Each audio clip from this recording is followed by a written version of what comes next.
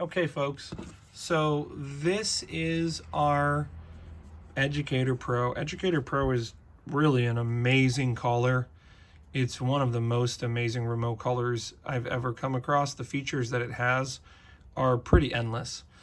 So I'm not going to go over all the features, but I'm going to show you how I like to set up this remote collar for one dog.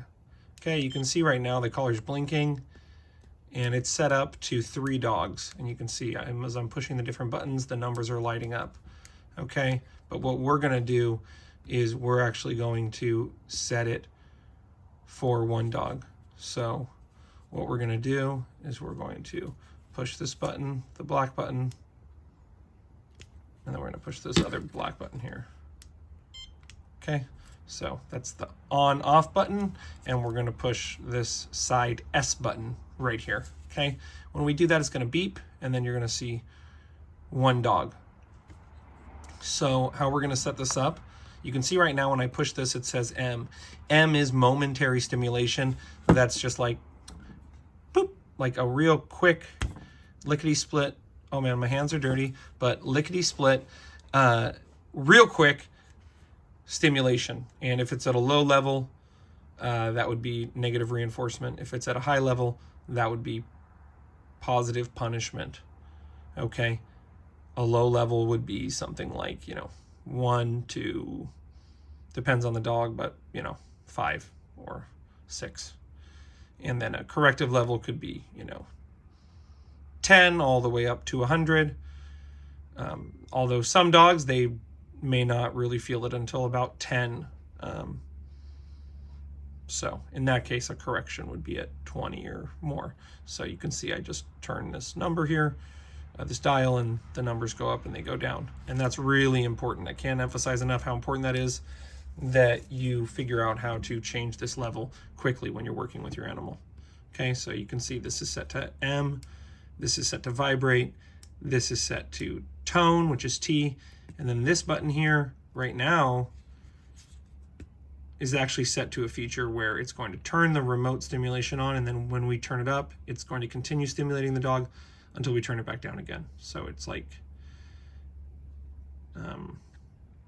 constant on and then off, on, off. Okay. The reason why it's really important to escalate the pressure is for the dog to understand that the remote collar will turn up if they continue doing what they're doing.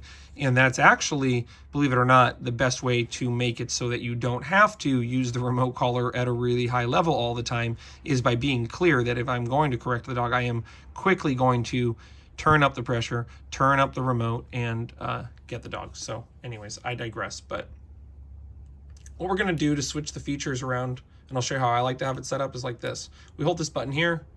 Now everything's blinking. Okay, we tap this button, the power button right here. Boop. Now it's going to go to this. Okay, you can see 1's blinking.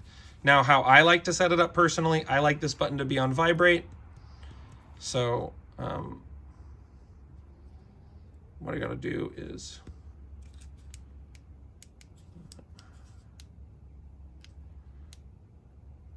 let's try that again.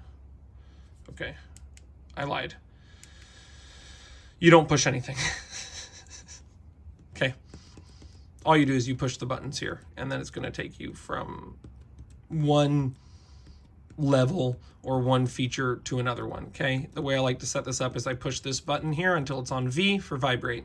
Okay, and I'm going to push this button here till it's on C for constant stim. Okay, this button here, the red button, I'm actually going to put on R plus, which is going to be a boost, where if I push this red button, it's going to start at wherever the remote is, and then it's going to turn the remote up to whatever level I preset. And I'll show you how to set the boost feature. Okay, so this one is on R+, this one is on V, this one is on C, and then this one here, I'll be honest, I would probably just have this button here on C, because I would just want to know that either one of the side buttons, if I push them, that's going to stimulate the dog at whatever level this is at. And I typically am going to turn it up to the level and correct the dog, and then turn the remote back down and use the remote at a low level. That's what I'm going to personally do when I correct a dog. I don't like having it set where if I put this other button, it's 10 higher or it's 20 higher. Because we could do that if we set this to this C+.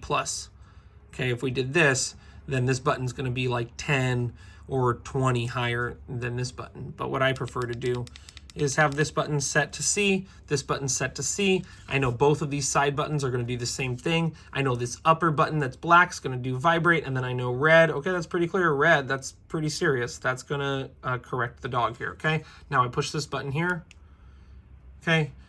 And it goes back into its normal feature. And now I test and see, okay, let me see. Is this working? C, R+, V, C, C. Okay, cool.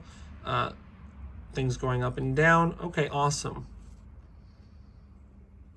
So that's basically it. That's how I like to set the remote up. In terms of setting up this feature, I'll do a video showing you how to set that button up. Okay, but this is how I like the remote to be set up. Get really comfortable with it, folks. Use it in a really low stress environment, low distraction environment with your dog. Bring food, bring treats, make it easy for both of you, make it low stress for both of you, get the feel of it, do it to the point where it feels right, it feels good, it feels like this is cool, this is how it's supposed to feel, and then start going to areas where there's high distractions, you know, but really help the dog and help yourself in the beginning so that you succeed. Okay, so that's my little rant on the remote collar and how to set it up to be used with just one dog. Okay, folks.